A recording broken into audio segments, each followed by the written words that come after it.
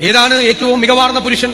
മികവാർന്ന പുരുഷൻ എന്ന് പറയുന്നത് സ്വന്തം ഭാര്യയെ ഏറ്റവും നന്നായി സ്നേഹിക്കുന്നവനാണ് ഏറ്റവും മികവുള്ള പുരുഷൻ. അതാണ് പുരുഷൻ. ഒരു പുരുഷന്റെ മികവ് നിശ്ചയിക്കുന്നത് അവൻ സ്വന്തം ഭാര്യയെ ഏറ്റവും കൂടുതൽ സ്നേഹിക്കുന്നവനായിട്ട് കണക്കാക്കിയിട്ടുള്ളതാണ്. മകളുടെ അനുവാദമില്ലാതെ വിവാഹം അരുത് എന്നാണ് പറഞ്ഞത്. സ്ത്രീധനം വാങ്ങിക്കരുത്, പകരം മഹറാണ് കൊടുക്കേണ്ടത് എന്ന് പറഞ്ഞു. സ്ത്രീധനം വാങ്ങിക്കരുത്. എത്ര നൂറ്റാണ്ടുകൾക്ക് ശേഷമാണ് സ്ത്രീധന നിരോധന നിയമങ്ങളെല്ലാം ലോകത്ത് പല രാജ്യങ്ങളിലും ഉണ്ടായത്?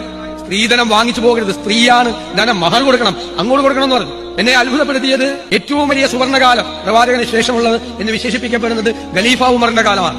ഖലീഫ ഉമറിന്റെ സദസ്സിൽ ഒരിക്കൽ ഈ മഹർ തുക കുറയ്ക്കാനുള്ള ഒരു തീരുമാനമെടുത്തു. അപ്പോൾ ആ രാജസദസ്സിൽ ഒരു വനിതയുണ്ടായിരുന്നു. അത് അത്ഭുതപ്പെടുത്ത കാര്യം. അന്നത്തെ രാജസദസ്സിൽ ഒരു വനിതയുണ്ടായിരുന്നു. ആ വനിത എഴുന്നേറ്റ് നിന്ന് അതിനെ സ്ത്രീ ചോദ്യം ചെയ്തു.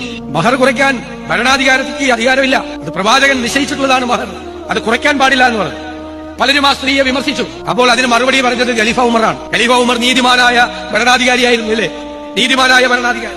ലോകം ഇതുവരെ കണ്ടിട്ടുള്ള ഏറ്റവും നീതിമാനായ ഭരണാധികാരികളുടെ മുൻപിലുണ്ടായിരുന്ന ആളാണ് ഖലീഫ ഉമർ. പറഞ്ഞു, അവര് പറഞ്ഞതാണ് ശരി, നിങ്ങൾ പറയുന്നതല്ല.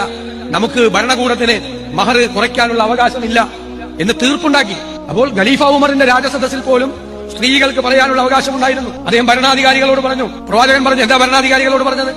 നിങ്ങൾ കൂടിയാലോചനകൾക്ക്, ചർച്ചകൾക്ക് ശേഷം വേണം തീരുമാനമെടുക്കാൻ. ഒറ്റയ്ക്ക് തീരുമാനങ്ങൾ എടുക്കരുത്.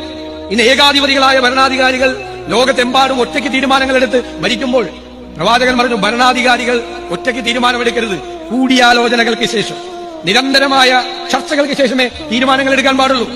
ഉഹദ് യുദ്ധത്തിൽ ഒരു ചെറുപ്പക്കാരൻ പ്രവാചകനെടുത്തൊരു തീരുമാനത്തെ ചോദ്യം ചെയ്തു. അത് ശരിയല്ല എന്ന് പറഞ്ഞു. അപ്പൊ പ്രവാചകൻ അത് അംഗീകരിച്ചു. അയാൾ പറഞ്ഞതാണ് ശരി. അയാൾ എന്നെ തിരുത്തി.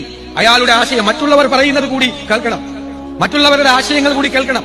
നമ്മൾ ഏകപക്ഷീയമായി നമ്മുടെ തീരുമാനങ്ങൾ ഒരു ഭരണാധികാരിയും മറ്റുള്ളവരുടെ മീതെ അടിച്ചേൽപ്പിക്കരുത്.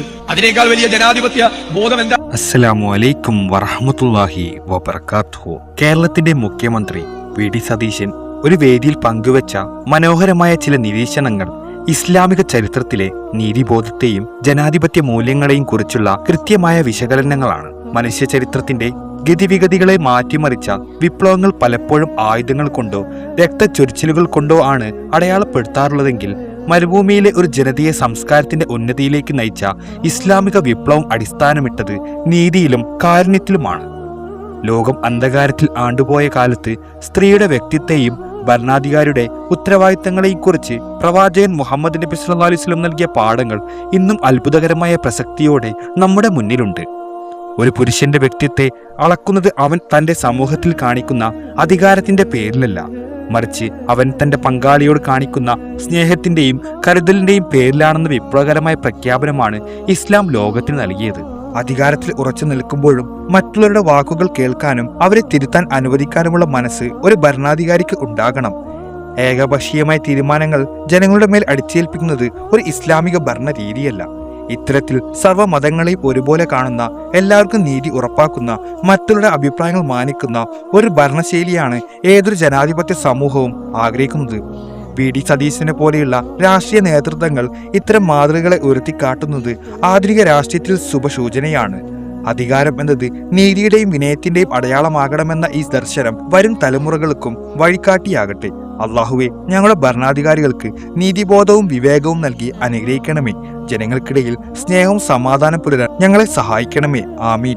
ഈ വീഡിയോ നിങ്ങൾക്ക് എത്താൻ കാരണമായവർക്ക് വേണ്ടി പ്രത്യേകം ദുആ ചെയ്യണമെന്ന് ഓർമ്മപ്പെടുത്തി ഇൻഷാ അല്ലാഹ് മറ്റൊരു വീഡിയോയുമായി പിന്നീട് കാണാം. ദുആ വസിയത്തോടെ. അസ്സലാമു അലൈക്കും വറഹ്മത്തുള്ളാഹി വബറകാതുഹു.